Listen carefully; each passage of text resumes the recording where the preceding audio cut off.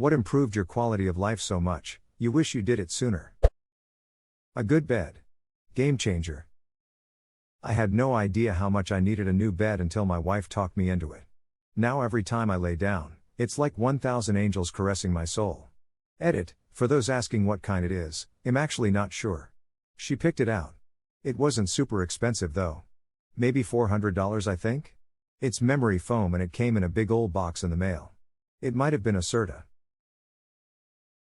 To people that feel they have a good bed, what did you get, and what do you like about it? I've decided to go online to try to find a good one multiple times, because I know mine is shit, but then find 1,000 different options and become paralyzed by indecision and decide just put it off until later. You never know which reviews are bought or real. Zinus 14-inch green tea cooling swirl memory foam hybrid mattress. Got it for $600 with our STIMI check. I was hit by an SUV while riding my bike 2 years ago. I dreaded laying down in bed because of the pain, now it's wonderful. What really convinced me to try it was one reviewer's comment about how he was able to lay sideways again after a motorcycle accident caused him to have terrible hip pain. I don't know why, but whatever hip I lay on feels so much better than the side that has no pressure on it. Absolutely a life-changing purchase.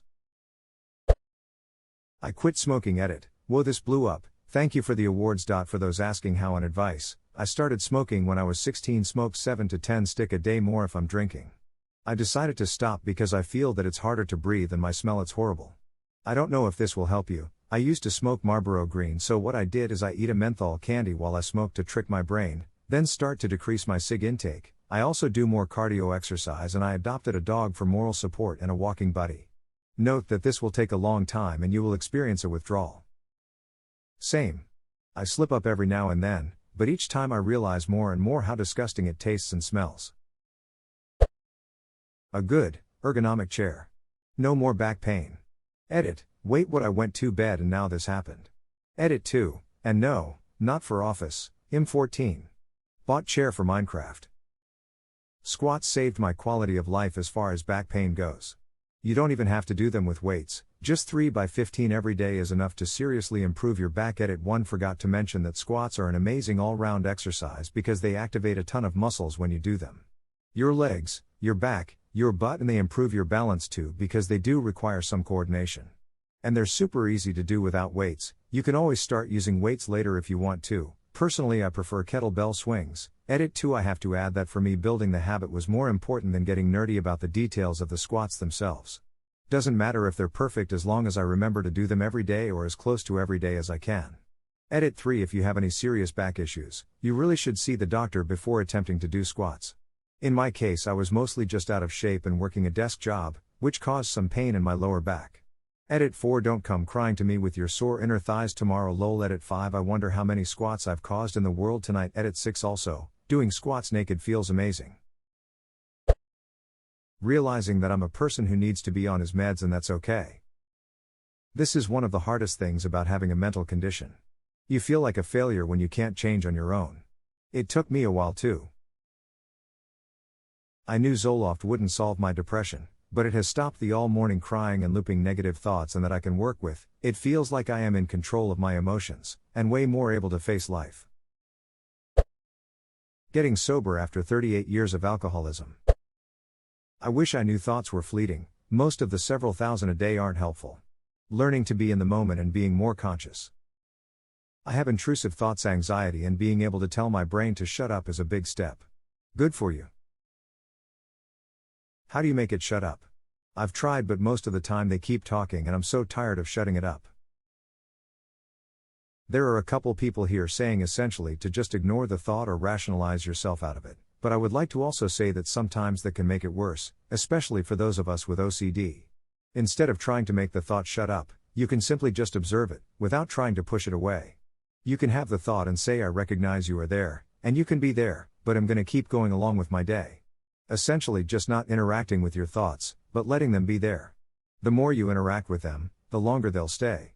They're kinda like clouds, they'll just float on by. Eventually they will pass. Smile. Going to the gym daily. Lost my fat ass in a year and I am now finally being the person I want to be. Or at least I look like him. Taking therapy seriously and working on it. To add, The first therapist you see might not be the one for you. I had to shop around for a therapist that I felt comfortable with, that had experience in working with what I was dealing with, and the way they approach treatment. It sucks when you get help, then find out the therapist isn't the right one for you and dismiss therapy altogether. Please know that the first one might not be the right one. Happy to answer any questions you might have. Edit. Sometimes you need different therapists for different issues. Don't think you have to stay with one if they aren't helping with that specific issue. I should have said that because I do that myself. Turning off all push notifications except for essentials like financial apps or important contacts. And silent mode. I forgot what my ringtone is. What a wonderful feeling. Leave me a voicemail or text, those pings don't rule my life anymore. Drinking water first thing in the morning and through the day. Decent headphones, not too expensive but better than the cheapest available ones. Sound is better and they don't break easily. Sennheiser FTW. Old mate Senny. I stopped saying yes to things I didn't want to do. Deleting Facebook. This was a great move I made 3 years ago. I still have Messenger because my dad and stepmom still insist on using it. However, I have more time since I am not scrolling through Facebook every chance I get. I am not causing shit when I respond to people's one-sided and misinformed political opinions. When I left Facebook, I told everyone that if they wanted to talk to me directly, to just PM me and I would give them my phone number or email address. No one asked. Told me who my real friends are. Same. I use Messenger but otherwise never go on anymore. It's been nearly 2 years and I don't miss it at all.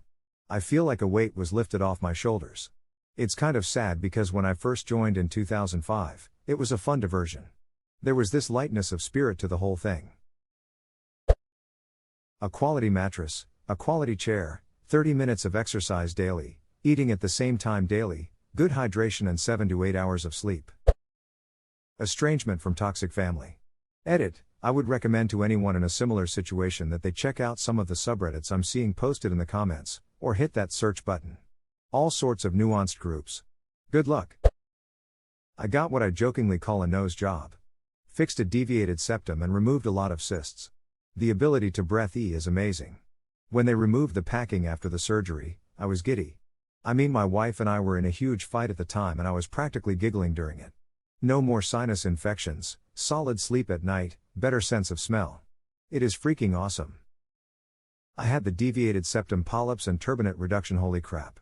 I preach talking with your doctor about nose shit. I had no idea I could feel this good. Breathing through the nose? No more hours of runny nose every day? No more sinus infection or earaches or headaches from them? Food tasting better? Less snoring? Nose jobs for every allergy sufferer. Quit drinking. Everything else came with that. Early mornings. Exercise. Weight loss. Rebuilding relationships.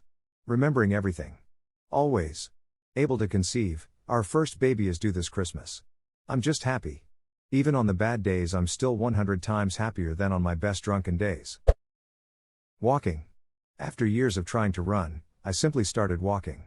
5 to 7 miles a day in good weather. It is literally life-changing in terms of mental and physical health. Quit drinking 3 years sober. That's a hard one. I quit drinking a few years back, too. The most difficult thing about it for me isn't missing the alcohol, it's being in social situations that seem to run on booze. You start to see, for real, what booze does to people's personalities and lives. It's hard to get into the groove socially when you're the only one not drinking. I've struggled mightily with that. I don't miss the booze itself at all. Having my feet repaired. Pro-life tip: if you think a toe is broken, seek medical attention and have it x-rayed. Don't make the mistake of simply taping neighboring toes together, assuming that's all the doctor could do, anyway. Edit to provide additional info. In my case, the toe wasn't broken, it was dislocated, with the tip pushed back over the next joint, where it fused. By that point in my life, the bunion pain was already so bad, this new pain barely registered. If it'd gone straight to an MD, the toe could have been put back in place. As it happened, when I finally had the x-rays for my bunion surgery, it was to the point the bones had to be surgically separated and fused. Now that toe can't bend but the non-stop bunion pain is gone.